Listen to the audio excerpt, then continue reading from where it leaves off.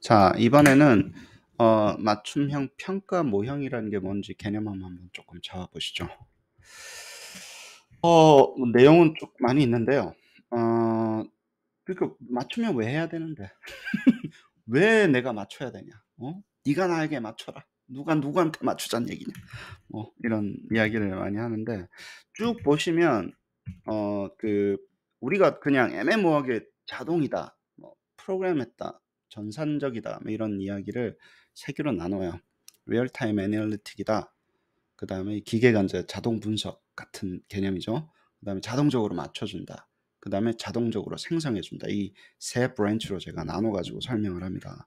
그때 어댑티브를 하게 되면 시험이 efficient하고 precise 되는 거는 제가 이미 설명을 드렸어요. 여기 굉장히 많은 그 연구 논문이 이미 다 완성이 되어 있습니다. 시험에 줄어들고 뭐 프레시즌이 높은데 이제 저희가 하고자 하는 거는 아니 이게 그래서 러닝이 어떻게 넘어가냐고 맞춰준 게. 그 러닝에는 어떻게 도움이 되는가에 대한 이슈고 그게 제너러티브랑 같이 가기 때문에 여기가 이쪽 뒤하고 연결시키는 이 어규먼트에 대한 그 고리들에 대한 이야기를 이번에 진행을 할 텐데 요 부분하고 어댑티브 평가에서 나오는 그 테크놀로지가 어댑티브로 러닝으로 넘어가는 그 연결고리에 대해서 오늘 이야기를 제대로 한번 해보도록 하겠습니다. 자, 우리 여기 왜 있냐면요. 어댑티브 러닝 쪽으로만 이야기하자고요. 아니, 맞춤형 교육, 맞춤형 학습은 개념이잖아요. 그건 개념이에요. 그냥 말 같은 거예요, 말. 잘 살자, 화이팅, 뭐 이런 거예요. 근데 그게 너무너무 중요한 시대가 된 거예요, 지금. 어딜 가나. 그냥 광고 문구나 학원 찌라시나 뭐가 됐든 다 맞춤이래. 뭐 깔맞춤부터 시작해 눈맞춤 뭐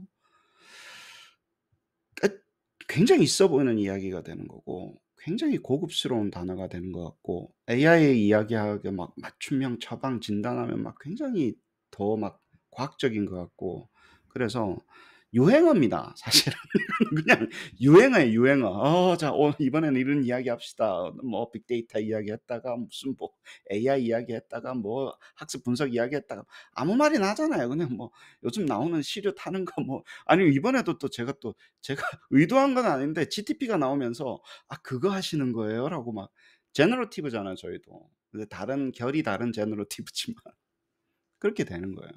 이건 개념입니다, 그냥. 근데 저희가 뭐 하려고 여기 모였습니까? 모형으로 만들어 보자라는 거예요. 그렇게 말로만 하지 말고 저희가 말하는 모형은 뭐라고 해서 프로그램, 시스템, 그쵸? 실제로 만들 수 있는 거, 개발할 수 있는 거, 디자인할 수 있는 거, 검증할 수 있는 거, 실제 구동시켜 볼 수 있는 세상에 존재하는 그것. 그냥 말로만 있는 거 말고 어떤 뭐 작은 게 됐든 간에 그거를 한번 만들어 보자고 여기에 있는 거잖아요. 저희는 이제 모형을 만들어야 돼. 평가 모형을 가지고 만드는 거니까. 그래서 개념하고 모형하고는 굉장히 다릅니다. 그래서 그 중에서 시험을 위한 게 있어요. 거기서 Computerized Testing, Multi-Stage Testing이라는 게 있습니다. 오늘 그 이야기를 할 거고 거기다가 Assessment as a Learning, Assessment for Learning을 어떤 식으로 가미를 할 건가에 대한 이슈를 우리가 합쳐진 거를 Adaptive Assessment Modeling이라고 한번 해보자라는 거예요. 여기서. 그렇죠? 이게 따로 존재해요. 캣 알고리즘은 캣 알고리즘이고 멀티 스테이지 테스팅은 프로시저는 그건 어셈블리 프로시저고 여기 있는데 학습으로 어떻게 보낼 건가에 대한 이슈를 하는 거고 어댑티브 러닝 모형은 뭐라 그랬어요? 이게 컨티뉴어스하게 일어나게끔 하는 거라서 그 reinforcement가 될 수 있도록 어세스먼트 센트리하게 만드는 거고 거기다가 이제 이거를 붙이면 기계 생성을 붙이면 이제 두 개가 가는데 이 두 개가 하는 건 나중에 하고 일단 뭐 앞에 거라도 먼저 좀 봅시다. 뭐 너무 복잡한 것부터 시작하면 안 되니까 어댑티브 먼저 시작. 원래는 제너러티브 먼저 시작을 했거든요. 그게 제가 뭐 전문 분야니까 어댑티브 찍고 왜 어댑티브가 안 되는지를 보여주면서 제너러티브로 넘어가는 거예요. 잘 들어보십시오. 왜 어댑티브만으로 안 되는지를 보여주는 거예요. 어댑티브가 좋지만 어댑티브의 한계가 뭐고 어댑티브 혼자 하면 그래서 제너러티브로 같이 가야 되는 식으로 이야기를 몰고 갑니다. 그러다 보니까 어댑티브 쪽을 약간 속된 말로 좀 까야 돼요? 안 까야 돼요? 약간 까는 거예요. 그래서 너무 미워하지 마십시오. 이게 제너러티브로 가려고 하다 보니까 나온 거죠. 어댑티브는 어댑티브 그 자체로 좋습니다. 그건 뭐 뉴트럴한 거지. 어댑티브 뭐 기술이 무슨 뭐 가치 중립적이잖아요. 예. 그래서 일부러 그렇게 이야기를 몰아가고 있고, 여기 진짜 중요한 거는 이거예요. 어댑티브 어셈블리하고 기계가 자동적으로 시험을 평가를 어셈블리 해 주는 그 어댑티브하고, 여기는 오토매틱 어셈블리랑 굉장히 비슷합니다. 뽑아 주는, 맞춰 줘서 시험을 만들어 주는 거예요. 시험을 그냥 만들어 주는 거예요. 기계가 만들어 주는 건 뭐 좋은 것도 있겠죠. 그죠? 그거하고 맞춤형 처방 피드백하고는 다른 개념입니다. 아시겠죠? 아까 이야기했듯이 이 맞춤이 두 개가 다 어댑티브니까 사람들은 계속 어댑티브 피드백을 이야기하고, 이게 더 중요한데 약간 여기가 약간 사기로 들어오는 거예요. 그래서 뭐 cat 합니다. IRT 합니다. 그러니까 나도 AI예요. 나도 한 가닥 합시다. 약간 이상한 이야기로 계속 넘어가는 거예요, 거기. 잘못 걸려들면 큰일 납니다. 잡혀갑니다, 진짜. 사기치시면 안 돼요. 유혹이 있어요. 저도 한 어댑티브 합니다. 이러면 갑자기 사람들이 집중을 하거든요. 굉장히 조심하셔야 됩니다. 이거는 아까 이야기했죠. 시험을 좀 줄이기 위한 기술이라니까. 길이를. 그 기술하고 맞춤형 피드백하고는 완전히 달라요. 아까 다 이야기했습니다. 근데 그중에 어프로치가 두 개로 크게 나눠져요. 이거는 중요합니다. 이게 맞춤형 어세스먼트 어셈블리 기술이구나. 응, 어셈블리 기술인데 문항을 가지고 어댑테이션 할 거냐, 한 문항씩 가지고 어댑테이션을 계속 할 거냐, 아니면 때로 뭉쳐 가지고 조그마한, 여기서는 그 set of item을 test릿이라 그래요. 그거를 시험 단위로, 우리가 조그마한 시험 단위로 어댑테이션을 해줄 거냐, 맞춤을 해줄 거냐라는 차이가 있습니다. 근데 여기가 이 둘 사이가 제너러티브랑 어떻게 붙는지를 여러분들이 보시는 거예요. 이게 두 개로 나눠지는데, 제너러티브 그러면 저희가 학습을 신경 안 쓰고 뭔 피드백이요. 시험만 신경 쓸래 하면 사실 여기 공부하시면 돼요. 그러면 cat with AIG 혹은 generative cat 혹은 generative MST, 그러면 끝납니다. 예를 들어서 서동기 교수님 cat 플랫폼도 가지고 계시잖아요. 한국에서 그거 하시잖아요. 예를 들어서 이제 거기는 이제 cat이냐 MST냐 테스팅 위주로 바라보시는 거고, 그쵸. 근데 이제 학습을 보시는 분들은 이렇게 해서 이제 이 기술도 학습에 필요하다 해서 가져 들어가는데 융합을 하는 거죠. 학습에서는 사실 이겁니다. 맞춤형 처방에 대한 이슈예요. 내가 학생이 뭘 모르고 뭐가 부족할 때 그 친구한테 기계가 어떻게 맞춤형 처방을 만들어 줄 건가에 대한 이슈예요. 그러니까 어디가 부족한지 잘 아는 거는 뭡니까? 어디가 뭘 부족한지를 이쪽에서 맡기고, 그래서 부족한 거 알고는 그래서 so what? 나 꼴등인데 어쩌라고? 잘하는데 어쩌라고? 내가 부족한데 어쩌라고 할 때 그 어쩌라고를 해결해 주는 기술이 맞춤형 피드백 기술이에요. 헷갈리시면 안 됩니다. 헷갈리시면 안 돼요. 완전히 그 퍼포스가 다른 거예요. 여기 맞춤은 뭐라고요? efficiency. 이쪽 맞춤은 뭐라고요? efficiency and effectiveness in learning이라고요. 이쪽은 이제 시험에 관련된 이슈고. 그쵸? 그래서 이쪽에서는 그러면 우리가 기계가 맞춰주는 그 피드백을 어떻게 줄 것인가에 대한 이슈가 오른쪽에 있는 거예요. 그래서 이제 뭐 레벨을 나눠서 문항 레벨의 문항 리스폰스를 가지고 맞춰주는 방법들, 그다음에 평가의 결과를 가지고 맞춰주는 방법들, 그다음에 커리큘럼을 바꿔가지고 좀 매크로 레벨에서 학습이 되게끔 피드백을 주는 방법들, 그런 식으로 해서 레벨 혹은 레이어가 나눠집니다. 피드백 쪽에서는. 그래서 요거를 하는 어떤 걸 줘야지 진짜 학습에 맞춰서 잘 될 건가. 근데 맞춰서 주려면 우리가 뭘 알아야 돼요. 수준을 정확하게 알아야 돼요. 그래서 이 기술을 초반에 가져오는 거예요. 잘 들어보세요. 맞춰서 주기 위한 목적인데, 맞춰 주려면 뭘 잘하는지 못하는지를 알아야 될 거 아니에요. 어느 수준인지를 알아야 될 거 아니에요. 그러기 위해서 초반에 씁니다. 그래서 이 맞춤도 쓰고, 근데 목적이 뭐라고요? 뒤에 맞춰서 피드백을 주려고 초반에 맞춰서 시험도 해요. 좀 효율적으로 알면 좋지. 정확하게 알면 좋지. 진단이 정확해지면 좋죠. 맞춤할 때는 도움이 됩니다. 그래서 두 가지의 맞춤이 동시에 일어나는 거예요. 그래서 러닝하는 사람들 힘이 세요. 둘 다 필요해. 둘 다 필요해. 어 그 초반에 맞춤도 필요하고 왜냐면 효율적으로 알아야 되니까. 뒤에 맞춤도 필요해. 잘 만들어야 되니까. 피드백을 잘 만들어야 되니까. 어떻게 학습을 시킬 건지를 만들어야 되니까. 그래서 저희 하는데 그러면 여기서 저희는 시험을 만드시는 분들은 목적은 뭡니까? 굉장히 정확해야 돼요. 왜? 그 시험에 인생이 걸려 있기 때문에 0.01 정확도에 목숨을 걸 수밖에 없습니다. 그 사람들이 쪼잔해서 그런 게 아니라니까. 이쪽 사람들이 막 오 마이 갓 데타 밸류 뭐 스탠다드 에러가 뭐 0.25 뭐 RMSE가 어쩌고저쩌고. 그게 그 사람들이 쪼잔해서 그런 게 아닙니다. 막 핏이 막 이렇게 가야 된다는 게 아니라 그냥 그게 그 사람들 목표니까. 핏이 잘 맞는 거. 핏이 좋아지게 하는 평가를 만드는 게. 근데 여기는 목표가 뭐라 그랬어요? 핏이 목표예요? 뭐 평가가 뭐 에러가 적는 게 목표예요? 아닙니다. 궁극적인 목표는 학습에 도움되는 거예요. 근데 공부가 잘 돼야 되는 거예요, 애들이.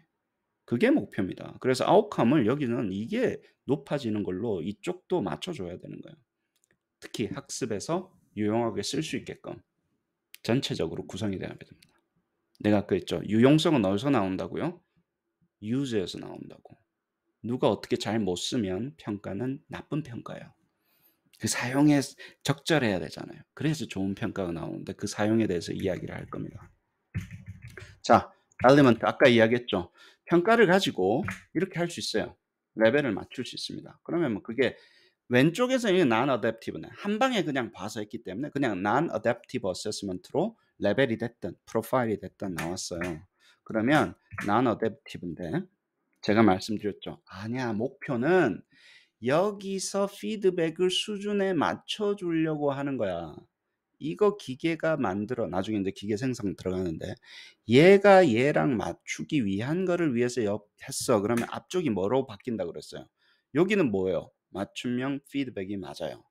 이것을 위하면 앞쪽에 있는 위상이 어떻게 바뀐다 그랬어요? 그냥 평가했는데 다이그노스틱 어세스먼트로 바뀝니다. 그 전에 했던 과정은. 여기서 끝나면 레벨을 찾고 끝나면 그냥 어세스먼트. 하면 다이그노스틱 어세스먼트. 전체는 두 개가 다 합쳐져 있으니까 포머티브라고 보자고요. 아, 피드백을 맞춰 주려고 내가 평가했잖아. 근데 여기는 어댑티브인데요. 잘 들어보세요. 여기는 어댑티브 피드백은 맞아요. 피드백은 항상 어댑티브 피드백은 수준을 잘 알아서 수준별로 주려고 그러는 거잖아요. 여기는 맞는데 여기는 포머티브 어세스먼트는 난 어댑티브예요. 아시겠죠? 그냥 시험 하나로 포머티브 어세스먼트를 한 거예요. 맞춤형 처방이에요? 아니에요? 맞아요. 근데 diagnosis process가 non-adaptive였다고. 그게 용어입니다. 그러면 이렇게 되면 어떡할까요? 그러면 어때요? 뭐라고 불러야 되겠어요? adaptive formative assessment가 되는 거예요. formative assessment by default 맞춰서 피드백 주려고 하는 거니까 거기는 그 맞춤은 쓱 사라지고 adaptive formative assessment고 그 앞쪽 단계가 뭐라고요? adaptive diagnostic assessment process고 뒤쪽 프로세스 뭡니까? adaptive feedback process가 두 개 합쳐진 거를 adaptive formative assessment라고 하자고요. 그래야지 뭐 용어가 정리가 될 거 아닙니까? 모형을 만들어야 될 거 아니에요. 그러니까 말장난하다 끝날 거 아니잖아요. 그래서 지금 만드는 작업이고 아까도 이야기 많이 했습니다. 그냥 그 컨스트럭에서 유니디멘션한 거에서 레벨이 됐든 프로파일이 됐든 이렇게 하는 요 과정이 뭐라고요? 어댑티브 과정인데 이때는 정확하게 길이를 줄이는 거. 둘 중에 하나를 둘 다 하나 안 됩니다. 둘 중에 하나예요. 같은 길이에서 정확도를 높일 수 있고 혹은 같은 정확도에서 길이를 줄일 수 있어요. 그거는 과학적으로 뭐 증명을 해서 많이 나와 있고 멀티 디멘션이라는 거 이야기했죠. 이러면 여기도 어댑티브 했고 여기도 어댑티브 했어요. 근데 따로 뚫어 놓고 두 개가 그냥 인디펜던트 하면 멀티 에리아라고 부르자고요. 그냥 이 컨스트럭 그냥 에리아처럼 부르고 자, 이거 한번 해봅시다. 자, 아까 이거 토폴로지컬한 건 말씀드렸죠. 빼기 먼저 물어보고 그죠? 다 물어보지 말고 빼기를 먼저 물어보고 잘하는 친구 레벨 1으로 간 친구는 올려보내고 2, 3, 4는 다시 더하기로 보내가지고 하는 거예요. 그러면 그때 이 컨스트로 갔을 때 어댑티브가 일어나요? 안 일어나요? 일어나요. 그쵸? 그 컨스트럭에서는 로컬 어댑티브가 일어나요. 그래 가지고 시험을 쳤어요. 왜냐면 효율적으로 알고 싶은 거예요, 빼기를. 그냥 다 물어보지 않고 빼기를 효율적으로 알아서 빼기를 잘하는지 못하는지 봤어요. 그러고 나니까 그 결과로 다른 쪽으로 보내죠. 곱하기로 보내죠. 이때도 어댑티브예요, 아니에요? 맞아요. 이 레이어는 달라요. 이거는 진단 과정에서 매크로 레벨에서 이게 피드백이에요? 아니에요. still adaptive예요. 근데 이거는 뭡니까? within adaptive가 되는 거고 이건 across construct adaptive가 돼요. 그 얘 어디서 나왔어요? 위로 가는 여기서 맵에서 나왔잖아요. 이게 중첩이 돼서 사용되니까 굉장히 신비로워 보이는 거예요. 근데 divide and conquer 해보면 별거 아닙니다. 아, 그 컨스트럭 안에서 어댑티브 해서 결과를 가지고 다른 쪽 어댑티브로 또 넘겼구나. 그래서 최종적으로 나온 걸 가지고 프로파일을 만든 거예요. 이 친구는 뭐냐? 다 잘하네. 물어봤어요? 안 물어봤어요? 더하기를. 안 물어봤어요. 왜? 두 개 다 잘하면 이것도 잘하는 거 추론이 된 거죠. 이 친구는 어때요? 곱하기 물어봤어요? 안 물어봤어요? 안 물어봤어요. 근데 빼기 못하고 더하기 못하니까 곱하기도 못한다고 추론하자라고 됐죠. 이거는 뭡니까? 이거는 이제 결과로 나오는 거예요. 두 번의 어댑테이션이 돼서 결과로 나왔어요. 피드백 줬어요? 안 줬어요? 안 줬어요. 뭐 이거의 결과를 알려주는 게 어댑티브 피드백이라고 굳이 우기겠다면 굳이 우기겠다면 할 말이 없는데 저희가 말하는 피드백 그래서 이거 어떻게 도와줄 건데 그것까지 해결해 주는 게 어댑티브 처방이고 뭐 결과 알려주는 게 무슨 뭐 처방이에요. 기분만 나쁘지 다 못하는데 어쩌라고. 다 잘하면 뭐 그렇잖아요. 뭐 기분 좋거나 뭐 너 다 잘하면 그만두란 얘기야 공부를. 뭐 하란 얘긴데. 그래서 어쩌라고가 필요한 거는 인제 포머티브인데 여기까지는 그냥 진단입니다. 투 레이어 진단 설계하실 수 있겠어요? 없겠어요? 어렵지 않아요. 이게 투 레이어인 거예요. 레이어가 두 개가 이렇게 들어가는 거예요. 굉장히 굉장히 있어 보이죠. 제가 이야기하니까 간단한 건데 제가 설명을 잘해서 그래요. 설명을 잘해서 그래요. 설명 못하는 사람들이 그림 그려 놓으면 굉장히 어렵습니다. 여러분들 수준별로 보셔야 되는 거예요. 예. 그리고 그래요. 아까도 이야기했지만 이렇게 그냥 영역이 나눠져 있으면 따로따로 하는데 따로따로 하니까 좀 효율적이잖아요. 그쵸? 시험을 9 개를 안 물어보고 3분의 2로 3분의 1이 줄잖아요 그래도. 좋고 또 이렇게 돼 있으면 어떻습니까? 더 줄죠. 이 안에서 줄 뿐만 아니라 어때요? 한 컨스트럭 아예 안 물어봐도 되잖아요. 그쵸? 그래서 인제 시험이 어떤 뭐 레벨이 됐든 프로파일이 됐든 굉장히 효율적으로 된다라는 거예요. 학습에서 선생님들이 직접 만드셔서 써야 되면 교과에서 간단해야 됩니다. 간단해야 돼요. 그래서 이것이 굉장히 simplify 시켜서 제가 설명을 드린 거예요. 멀티 디멘셔널리티를 굉장히 교묘하게 간단하게 conquer를 하고 있어요. 여기에 멀티 디멘셔널 IRT 이론 하나도 안 들어가요. 근데 멀티 디멘셔널 진단이 어댑티브로 돼요. 그래야 안 돼요? 돼요. 과학적으로 됩니다. 효율적이에요. 기본 개념 다 쓰는 거예요. 근데 제대로 배우려시면 다초과 선생님의 룰 스페이스 메서드 이런 책 보시면 이제 나와 있습니다. 총점으로 보지 말고 우리가 쪼개서 보면 훨씬 좋다. 그리고 이영선 선생님이 쓰신 거. 네, 이 책. 거의 이제 뭐 바이블 같은 건데 Diagnostic Classification 모델이라 그래요. 거기는 이제 진짜로 정교하거나 아주 고급스러운 거를 쓰셨어요. 그래서 인제 근데 이거는 인제 박사들 우리 전공하는 사람들이 하는 거고 제가 하는 거는 학습 속에서 쓰다 보니까 좀 허접합니다. 정확하지도 않고. 근데 저는 설명 가능하다라는 거예요. 저의 장점은. 내가 왜 이 프로파일에 가 있는지가 설명 가능해요. 어렵지 않습니다. 이 path로 의해서 여기 갔고 그래서 나는 이 처방을 줬고 나는 왜 여기에요? 설명 가능해요. 그리고 사용 가능합니다. 제가 그래서 강조하는 거예요. interpretable하고 explainable하고 use에 appropriate 하면 저는 그거는 valid한 시험이라고 보는 거예요. 어세스먼트로. fancy 해야 되고 안 해야 되고는 context에 달라집니다. 컨텍스트를 모르고 모형이 팬시하다고 수학 있고 막 뭐 계산 과정이 복잡하다고 좋은 모형이라고 이야기할 수 없습니다. 조심하십시오. 이런 모형이 필요할 때가 있고 슈퍼 두퍼 다이펄 모형이 필요할 때가 있고 간단해야지 더 유용하고 좋은 모형일 때가 있는 거예요. 뭐 제가 못해서 안 하는 것도 있습니다. 제 실력이 부족해서. 잘 모릅니다, 저쪽은. 저는 간단하게 해서 씁니다. 자, adaptive assembly 모형은요. 이론을 조금 해 보면 여기 왜 테슬릿을 해야 되는가에 대한 이슈가 요즘 계속 있어요. 문항 단위로 adaptation이 굉장히 어려워서 뭉쳐 가지고 해야 된다. 테슬릿 단위로 해야 된다. 그래서 MST라 그러죠. MST 쪽으로 넘어가야 된다는 게 굉장히 많이 있습니다. 테슬릿으로 사용하면 boost testing efficiency 할 것이다. 그쵸? 그래서 뭐 여러 가지 것이 좋다. 그리고 컴퓨터 베이스드 테스트 디자인 해 보니까 여기 선생님이 말씀하시는 거는 캣은 에너미 문항이 나오거나 굉장히 컨텐츠 밸런스가 힘들다. 그래서 우리가 MST를 고려해야 된다라고 해서 하고 MST하고 리니어로 시험을 묶어 가지고 패러렐 폼을 만드는 것들. 그쵸?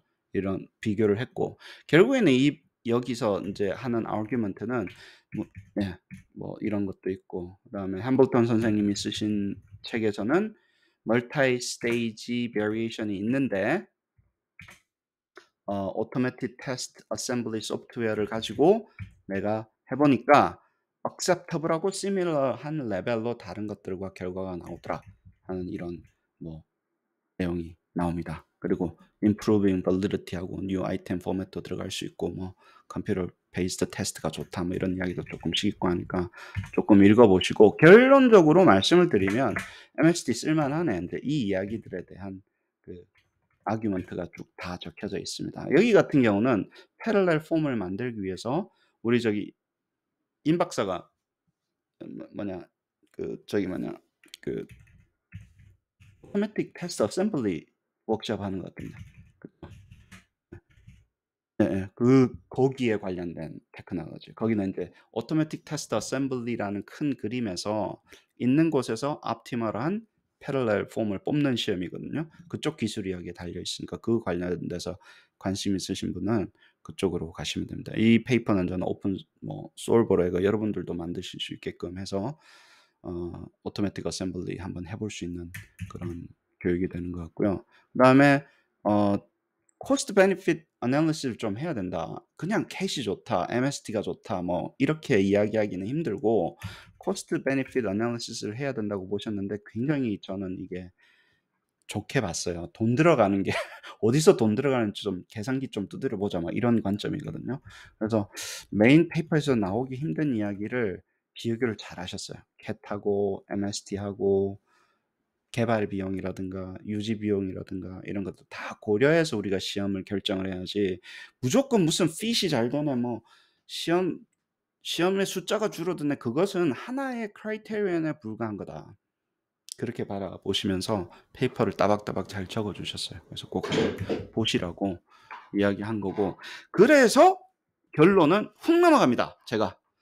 '어 문항으로는 별로 안 좋은데?' 그래서 테슬릿 베이스드로 넘어가자. 그래서 인제 테슬릿으로 했을 때에 우리가 선생님들이 이 시험 조각을 만들어서 어댑티브를 만든 다음에 피드백까지 시키는 모형으로 저희가 급선회를 한 거죠. 이런 인제 다양한 이슈들이 있고 그 결정적인 이슈는요. 컨텐츠 밸런싱입니다 제가 봤을 때는. 문항으로 하면 컨텐츠 밸런싱이 최악이에요.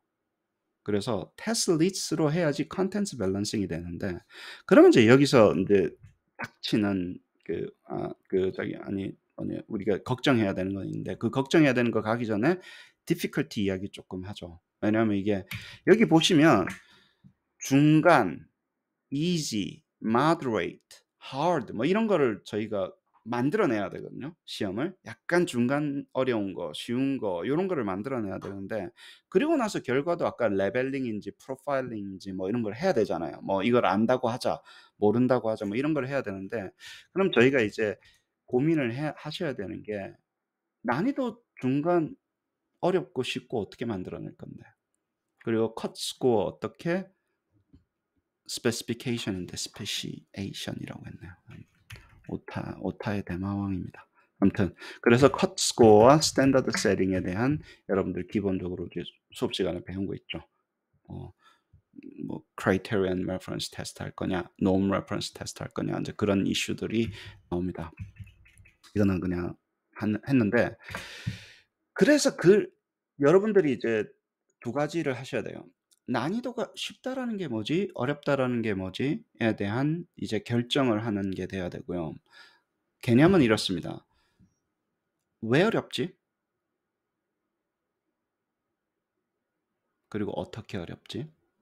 그거는 저희가 이제 p-value라든가 데이터를 구해가지고 뭐 베타 파라미터 구해, IRT에 무슨 뭐 저기 뭐죠? 슬로프, 인터셉트 파라미터 구해가지고 난이도를 추정하는 방법도 있고, 그건 데이터를 가지고 어떻게 어렵지에 대한 이슈고, 얼마나 어렵지에 대한 이슈고.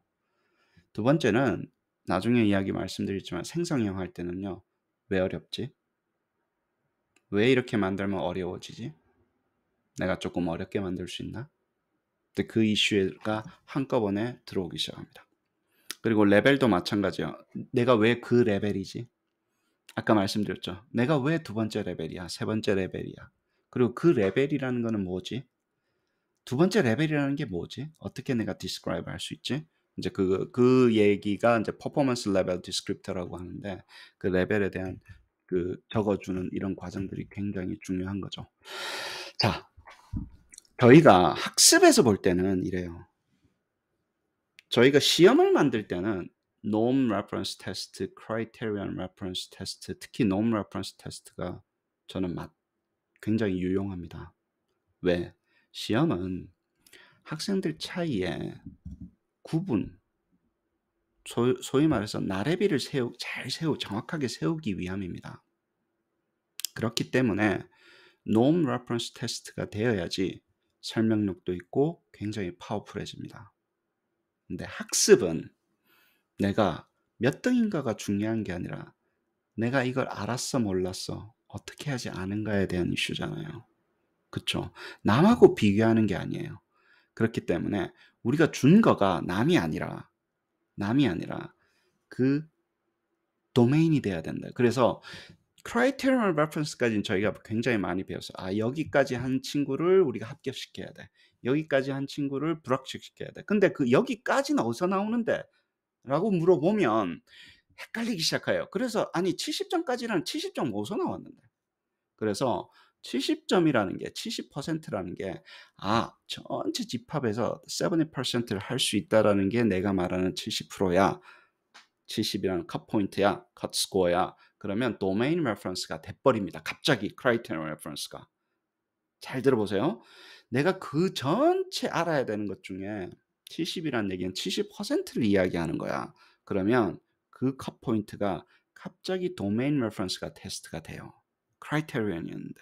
그리고 그 컷 포인트가 상위 5%컷 포인트에 나왔어. 항상 우린 상위 5% 잘라내는 스코어가 있어. 근데 그 준거 집단의 상위 5%야. 그걸 가지고 내가 컷 스코어를 만들었어. 그러면 크라이테리언은 뭘로 바뀝니까? 갑자기 norm reference로 바뀌어요. 그래서 이게 환장하는 거예요. 이게 굉장히 헷갈리는 거예요. 아니 다른 거라며. norm은 norm이고 criterion은 criterion이고 domain은 domain이었는데 이게 같다가 틀리다가 이러네. 그래서 스탠다드 책에는 적혀져 있습니다. 절대적으로 우리가 컷 스코어를 가져올 때 norm reference perspective로 가져왔기 때문에 섞여 쓴다 그래요. 두 개를 섞어 쓸 수 있는 거예요. 그렇죠? 저희가 생성을 하려고 하잖아요. 저희는 학습이잖아요. 굉장히 도메인 레퍼런스 테스트에 가까워요. 그래서 이거 AIG를 만드시거나 평가 공하시는 분들이 자격 시험에 굉장히 가깝습니다. 그쪽에 가까워요. 자격 시험 크라이테리언을 만들고 하는데 가까워요. 에듀케이셔널 메저먼트는 SAT 스코어, GRE 스코어 이런 것들은 사실은 normed reference 테스트잖아요. 차이를 얼마나 알았는지 상관없어요. 얘가 얘보다 잘한다고 이야기할 수 있냐 정확하게. 그것만 보면 되기 때문에 relative standing에 최적화되어 있습니다. 그게 좋고 나쁘고를 떠나가지고. 그쵸. 그래서 저희가 학습에서 쓸 때는 그러면 기준을 정하셔야 돼요. '나는 이거 학습 모형이야.' 그럼 내가 말하는 학습은 뭐가 존재해요? mastery가 존재를 합니다. 학습에서 쓰는 construct은요. 완전히 다 안다라는 게 존재를 하고 하나도 모르는 게 존재를 해서 사실은 mastery를 얼마나 achieve 했는가에 대한 perspective를 바꾸셔야 돼요. 아시겠죠? 그렇게 해야지 해석이 됩니다. 러닝 모형 같은 경우는. 그래서 뭐 대부분은 얼마나 그 mastery라는 게 존재를 해야 되는 거예요. 다 아는 게 존재를 해야 돼요. 그리고 모든 것들이 다 있는 그 집합 있죠. 모든 과제들이 다 있는 domain of task라 그래요. domain of item이 존재를 해야 됩니다. 그게 존재를 안 하면 시험이 해석이 안 돼요. 그중에 랜덤 샘플인데 그 랜덤 샘플을 잘했기 때문에 얘는 전체를 다 할 수 있다라고 추론하는 과정이기 때문에 그렇습니다. 굉장히 domain reference test가 되고 그러면 여기서 말하는 zero는 우리가 학생들이 몇 개 중에 몇 개 맞았어라는 거는 뭡니까? 100%는 뭘 추론하는 거예요, 사실은? perfect mastery를 추론하는 거예요, 100%는. zero는 뭡니까? 하나도 할 줄 모르네, 얘. 근데 뭐가 그럴 때는 뭐가 굉장히 중요합니까? 저희가 가지고 있는 그 문항이 도메인에 굉장히 representative한 샘플이어야 돼요. 아무거나 가지고 3개 못했다고 너 다 모른다 그럴 수 없잖아요. 그래서 시험이 결정적으로 짧아질 수가 없습니다. 이쪽 시험은. 짧아지면 큰일 나요. 학습은 굉장히 많은 데이터가 필요합니다. 그 친구가 추론을 하려면. 아시겠죠? 그래서 그리고 그 도메인이 잘 설정이 돼 있어서 도메인 밸런싱이 너무너무 중요하다고.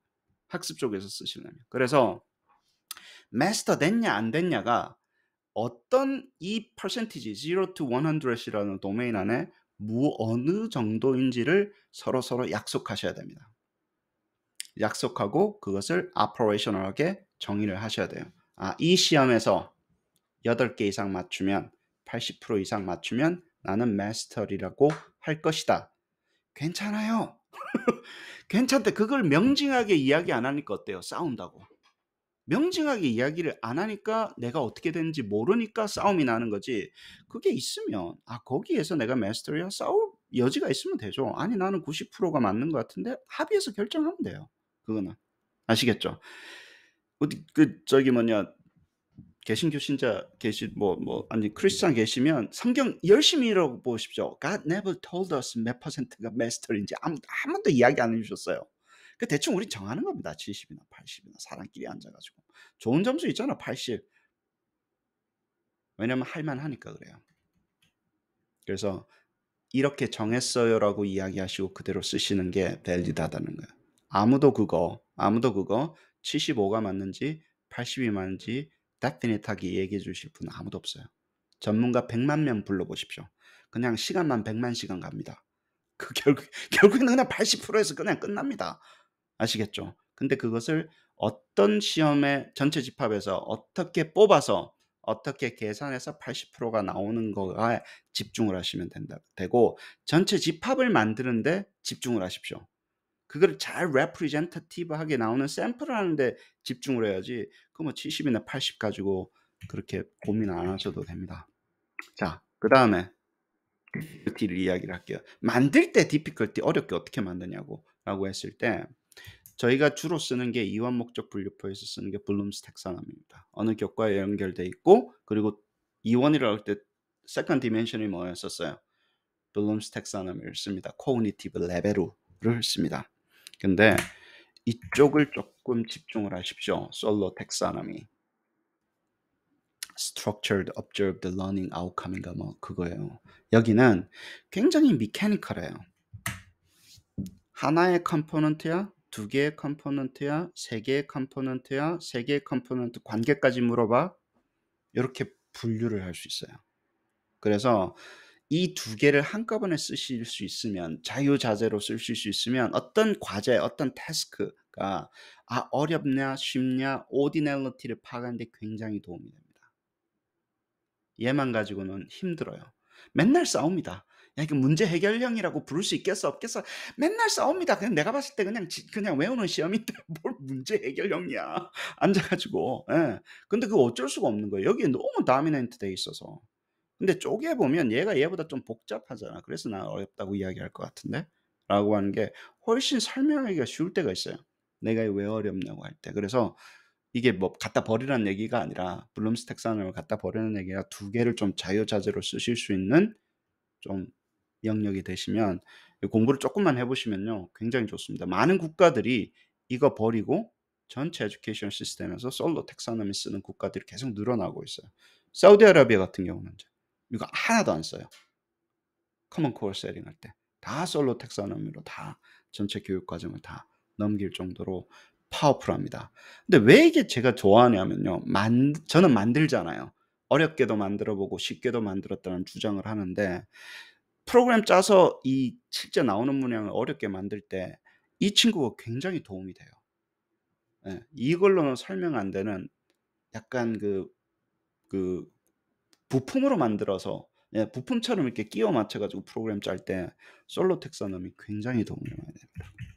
아무튼 그런 식으로 해서 우리가 P 밸류를 구하든 뭐가 되든 마스터리는 뭐라고요? 마스터리가 있다라는 좀 가정을 해야 되기 때문에 그래서 IRT의 베타가 설명력이 떨어져요. 잘 들어보세요. 이게 베타가 -2면 베타가 1.5면 마스터리아라는 걸로 바로 안 가잖아요. 아니 슬로프가 인터셉이 IRT의 인터셉이 1.5 예요. 그래서 마스터리예요가 바로 안 가는 거예요. 그러니까 말이 길어져요. 그래서 내가 이거가 어려운데 그거를 맞춰서 굉장히 한 단계 더 나가야지 설명을 할 수 있습니다. 설명력을 할 때 그럼 그 사람은 IRT도 알아야 되고 굉장히 힘들어지기 시작하는 거예요. 그러니까 저희가 왜 수능에서 IRT를 못 씁니까? 왜 수능에서 IRT 스코어링을 안 해요? 여러분들. 왜 안 하신다고 생각하십니까? 저희가 그렇게 돈을 많이 들여 박사씩이나 해 가지고 배운 건데 어? 왜 안 쓸까요? 설명을 못 해서 그래요. 해석을 못 해서 그렇습니다. 듣는 사람이 못 알아듣는다니까. 그 내 인생 내 아이의 인생을 결정할 때 내가 못 알아듣는데. 그쵸. 그게 대한민국만 그럴까요? 미국의 특수성 때문에 오히려 권위로 누르는 거지 대한민국이 특출해서 안 쓰는 거 아닙니다. interpretability나 explainability는 그만큼 중요한 거예요. 숫자의 의미를 부여하는 건데. 내 아이의 인생을 결정하는 그 숫자의 의미를 부여하는 건데 해석이 돼야 됩니다. 그래서 저희가 안 쓰는 거예요. 그 대한민국이 잘하는 거예요 사실은 어떻게 보면. 안 쓴다고 뭐 '이런 미개한 국가가 있나.' 그렇게 이야기하시면 안 됩니다. 아시겠죠? 자 issue of adaptive assembly가 말씀을 드리면 자 뭐 어댑트 하는 알고리즘이야 뭐 차고 많이 나왔는데요. security의 이슈가 있어요. 아니 어 잘 보세요. 어댑티브 하면 시험을 줄였잖아요. 잘 들어보세요. 시험을 줄였다며. 그럼 exposure rate이 줄었죠. 그럼 security에 도움이 되는 거예요, 안 되는 거예요? 도움이 돼요. 도움이 돼야 돼요. 컴퓨터 어댑티브 테스트 하면 시큐리티 도움이 돼야 돼요. 딴 건 떠나도 문항을 줄였으니까. 100번 양보해도. 근데 자 보세요. 원래는 이만큼 28개 문항을 물어봐야 되는데 이 친구가 첫 번째 거 유출시키고 두 번째 거 유출시키고 여기 프론티어 있죠. 프론티어라 그래요. 탑 프론티어를 유출을 위에 것만 싹 시킨 거예요. 그래서 위에 게 6 개를 외운 거예요. 그러면 28 개를 외우지 않고도 그냥 어려운 거 위에 6 개를 외워 버리면 전체 시험은 다 망가집니다. 아시겠어요? 그냥 외웠다고 치자고. 처음에 나온 거 유출시키고, 유출시키고, 유출시켜서 위에 있는 것만 유출을 시키면 굉장히 적은 숫자로 유출이 됐는데 이 밑에 있는 거 필요 있어요, 없어요? 애들 다 맞춰서 이걸 다 가는데 이게 다 필요 없는 거예요. 아니 그냥 물어보면 28 개를 외워야 되는데 cat 만들어 놓으니까 어때요? vulnerable합니다. 해질 수 있다고.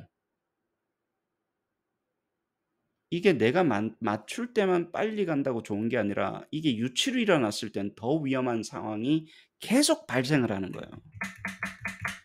아이템 트래킹이라 그래요. 프론티를 따라 가지고 외워 버리면 유출시켜 버리면 우리 앉아 시험 끝나고 어디 갑니까?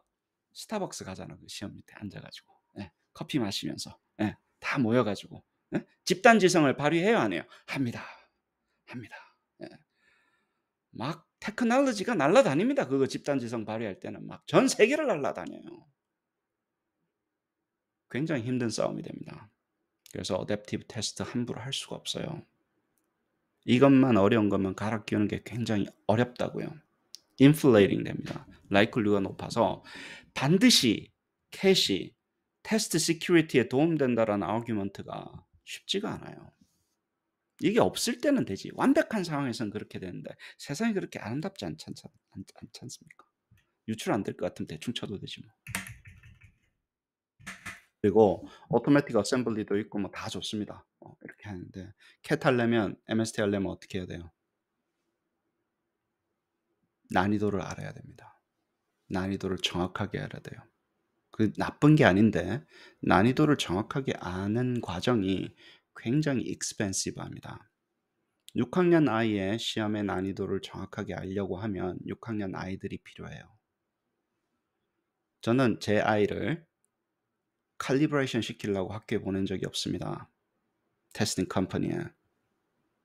그쵸. 그래서 미국에서는 몇몇 주는 불법이에요.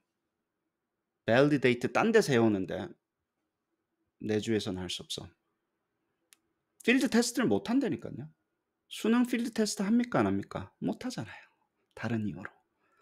그렇게 중요한 시험을 왜 안 해? 왜 칼리브레이션 안 해? 못 하는 거예요. 못 하는 경우도 있습니다. 그래서 이 알고리즘은 이렇게 우리가 칼리브레이션이 다 끝나야지 하는 거는 테스팅 컴퍼니 그리고 굉장히 많아야 돼요. 문항 데이터베이스가 한 10만 개, 몇만 개 이상이어야지 이게 구동을 하기 시작을 합니다. 몇천 개로는 힘들어요. 힘듭니다. 근데 몇만 개가 칼리브레이션 돼 있는 아이템 뱅크는요. 학습하고 자꾸 멀어지는 거예요. 그는 회사의 인트레스트고 그거 유출되고 쓰고 하는 거는. 그쵸. 선생님은 그걸 돈 벌어서 비즈니스 하려고 하는 건 아니잖아요. 그러다 보니까 이 칼리브레이션이 아까 얘기했던 expensive하다고요. socially 단순히 돈이 아니에요. 학생들한테 칼리브레이션 시켜야 되는데 그거 불법이지. 그쵸? 그래서 socially expensive한 거를 여러분들이 알고 계셔야 돼요. 그래서 학습 속에서는 굉장히 괴리가 생기는 거예요. 선생님들이 못해서 그런 게 아니라 IRT 왜 못 돌려? 근데 데이터를 하려면 이게 부정확한 문항을 가지고 자꾸 해야 되잖아요. 칼리브레이션을 해야 되고 밸리데이션을 해야 되니까 소셜리 안 되는 거예요. 수능 딱 보면 보세요. 아니 평가에서 못해서 안 해? 못해서 안 하냐고. 아니에요. 그냥 culturally, socially value에 위배되는 거예요, 그게. 필드 테스트가. 그러면 이렇게 만드는 거는 그게 허용되는 곳에서 된다니까요. 그러니까 오라 아메리카로 미국 와서 하세요, 그러면. 미국에서는 그게 되는데 예? 여러분들 그럼 다 미국 와야 되잖아요. 그 유진 교수님 지금 한국에 갔는데 한국 제자 있어 다 오지 말고 유진 교수님한테 가서 좀 배우고. 그쵸. 그래서 근본적인 원인을 아십시오. 알고리즘은 다 나와 있습니다. 컴퓨터도 많이 있어요. 뭐라고요? 필드 테스트 자체가 expensive하다고요. procedurally. 그러면 이거 지금 어떻게 해야 되는가에 대한 이슈 때문에 이제 아까 이야기했죠. 그러면 자 문항 단위로 하는 게 그 제가 갑자기 MST로 확 넘어갔다 그랬죠. 왜 그러냐면 문항 단위로 하려면 다 칼리브레이션 돼 있어야 돼요. 근데 아까 MST 보여주셨을 때 선생님들 어떻게 하셨어요? 대충 중간 여기 이 말이 뭡니까? 이 선생님들이 설계하실 때 중간 정도 어려운 정도에도 구동이 하더라는 거예요. 페이퍼가 계속 나오는 게 뭐냐면 이렇게 뭉뚱그려 가지고 해도 뭉뚱그려서 어댑티브를 해도 문항 단위로 한 것보다는 정확도는 좀 떨어지지만 그렇게 나쁘지 않는데? 잘 들어보십시오. 뭉뚱그리면 이게 난이도가 정확하지 않아도 때로 덤비니까 할 만한 거예요. 한 문항 한 문화가 덜 똑똑해도 그렇게 정확한 칼리브레이션이 안 돼 있어도 혹은 정확도가 떨어져도 할 만한데? 무슨 말인지 아시겠어요? 그래서 제가 배팅을 하는 거예요. 이렇게 가는 게 학습에선 도움이 되겠다. 학습에 쓰는 문항들, 선생님들 만드시는 문항들은 그렇게 테스팅 컴퍼니에서 칼리브레이션 할 일도 없고 할 필요도 없고 할 데이터도 없고 상황이 안 되는데 자꾸 IRT 해야 됩니다라고 우기면 수능도 안 하는 IRT를 선생님들이 어떻게 해? 할 필요 없는데 하기가 힘든데 예를 들어서. 그래서 MST로 가면 정확도가 떨어져도 과학적으로 증명이 된 거예요. 이렇게 하면 정확도는 좀 떨어지지만 학생의 능력치를 추정하는 데 바이어스는 없더라. 잘 들어보세요. 정확도는 떨어져요, 안 떨어져요? 떨어져요. 바이어스는 없더라. fluctuate 하다. 그게 인제 과학적으로 쭉 충분히 쌓인 거예요. 그래서 학습 모형으로 쓸 만하네. 선생님들이 이렇게 중간 상중하 정도로 나눌 수 있으니까, 그래서 어댑티브 하면 오랜 시간 동안 시험을 안 쳐도 되니까 이 어댑티브도 구동을 하겠구나, 그렇게 생각하고 이제 나중에 제너러티브랑 같이 붙이는 겁니다. 그래요. 이 트래킹 잊지 마십시오. 아이템 트래킹이라고 하는 거 있죠. 프론티어, 이거 한 맨날 뉴스에서 나오잖아요. 다 외워가지고 무슨 싱가포르를 가라, 홍콩을 가라, 그래가지고 외워가지고 오니까 10개만 외우면 다 끝납니다. 어댑티브 만들었을 때 맨날 나오는 이야기니까 그 이야기 하시고, 자, 이제까지는 뭐였어요? 어댑티브 어셈블리 모형이었어요. 어떻게 어셈블리를 잘하는. 자, 이제 피드백으로 넘어갑시다. 어댑티브 피드백 모형이라 그랬잖아요. 옛날까지는 그랬어요. 시험 결과 그냥 알려주고 굿잡 그런 거 아니었나? 그게 아니라 이제 그 피드백을 뭐라고요? 학습에 도움되게끔. 그래서 맞춤형 되는, 그래서 진짜 이펙티브하게 만드는데, 여기까지는 뭐랬어요? 어댑티브 그냥 포머티브 어세스먼트였어요. 근데 이제 피드백을 모형화시키는 이야기로 넘어갑니다. 잘 들어보세요. 옛날에는 그냥 피드백을 준 거예요. 만들어 놓고 한 게, 이거를 어떻게 조직적으로 모형화시켜서 효과적으로 학습을 증강시키지에 대한 이슈만 다루는 거예요, 여기서는. 근데 그러려면 레벨을 정확하게 알아야 돼요, 몰라야 돼요? 알아야 돼요. 그래서 이게 필요해요, 없어요? 필요해야 돼요. 근데 이게 꼭 어댑티브여야 돼요? 그럴 필요는 없어요. 근데 정확해야 돼요. 정확하려면 무슨 게임입니까? 여기서 게임은 뭐예요? 여기서 프리시즌을 뭘 하면 좀 정확해집니까? 시험을 좀 길게 하면 돼. 길게 하면 됩니다. 아시겠죠? 여기서는 테스트 시큐리티가 문제가 될 때는 시험이 길어지면 큰일 납니다. 왜냐하면 돈하고 직결되기 때문에 그래요. 테스팅 컴퍼니의 인트레스트가 그랬죠. 그 사람들이 우리를 걱정해서 시험을 줄이는 게 아니라 자기가 문항 만들어내야 되기 때문에, 계속 유출이 되기 때문에, 그러니까 이건 테스팅 컴퍼니의 인트레스트는 길면 안 돼요. 근데 학습자 입장에서는 어때요? 아니, 충분하게 좀 물어보면 안 돼? 내가 지금 어느 수준인지 알려고 물어보는데 좀 길면 어때? 정확하게 하는 게 중요한 거지. 용도를 정하십시오. 입장이 섞이면 굉장히 힘들어집니다. 여기서는 뭐라고요? 정확하게 알면 돼. 그러면 length에 대해서 우리가 부담이 좀 덜어요. length에 대해서. 아니, 좀 길어도 돼. 정확하면 되지. 예를 들어서 정확하게 알아서 우리가 원하는 목적은 뭡니까? 피드백을 얼마나 잘 줘가지고 애가 학습에 도움되게 만드는가가 그게 목적이라니까. 그 어댑티브에 포커스를 하는 게 Adaptive for Learning, 아니 Assessment for Learning의 핵심 아이디어입니다. 아시겠죠? 여기 맞춤형 아닙니다. 여기 맞춤형 피드백이에요. 근데 그 피드백 주는데 평가랑 무슨 상관이 있지? 이거 한 번도 이야기 안 했는데, 예를 들면 어디로 가니, 그거를 잘 정해야 됩니다. 즉각적으로 주세요 피드백. 이런 것만 우리 배웠지. 한 번도 선생님이 피드백을 모형화시킨 걸 안 가르쳐 주셨잖아요. 이제 그 이야기가 시작이 됩니다. 자, 용어만 정리하면 뭐라고요? 피드백을 주면 Adaptive Assessment for Learning까지는 된다라고 했어요. 그 어댑티브 피드백 중에 많은 게 있을 수 있는데, 그 문항 리스폰스 가지고 만들어내는 피드백이었어요. 이 문항이 너 C를 선택했는데 너 이거 몰라가지고 C를 한 것 같은데, 굉장히 마이크로 레벨로 갑니다. 진짜 그 문항 있죠. 그 문항의 응답을 가지고 우리가 해줘야 되는 이야기를 만들어 놓는 거예요. 아시겠죠? 그러면 문항 리스폰스 레벨 어댑티브 피드백이 됩니다. 그리고 그 레벨에 왔어요. 레벨 2에 왔어요. 그거를 모형화시켜서 만들어 놓는 거예요. 옛날은 그냥 적어 놨는데 이제 아까 이제 생성 모형에서 이제 그게 대박을 터지기 시작합니다.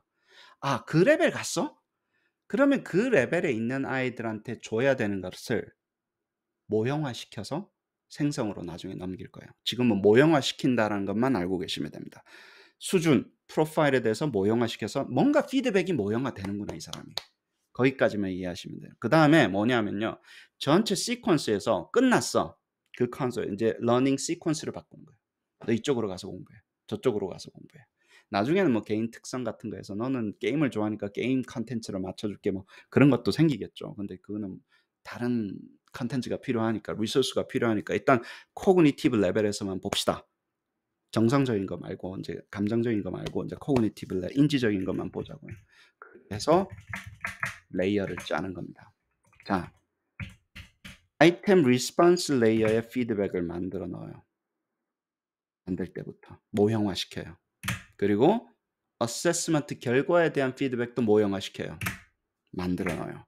그리고 나서 그것을 엮어서 러닝 시퀀스 레이어에서 어디로 보내야 되겠다고도 모형화 만들어 내요. 그게 레이어를 촘촘하게 만들어서 가지고 전부 다 모형화시키는 거예요. 나중에 다 생성되는 거예요. 그래서 생 노가다입니다. 어떻게 보면. 야, 그러면 다 모형화시켜야 되는데? 다 프로그램 짜야 된다. 네, 맞아요.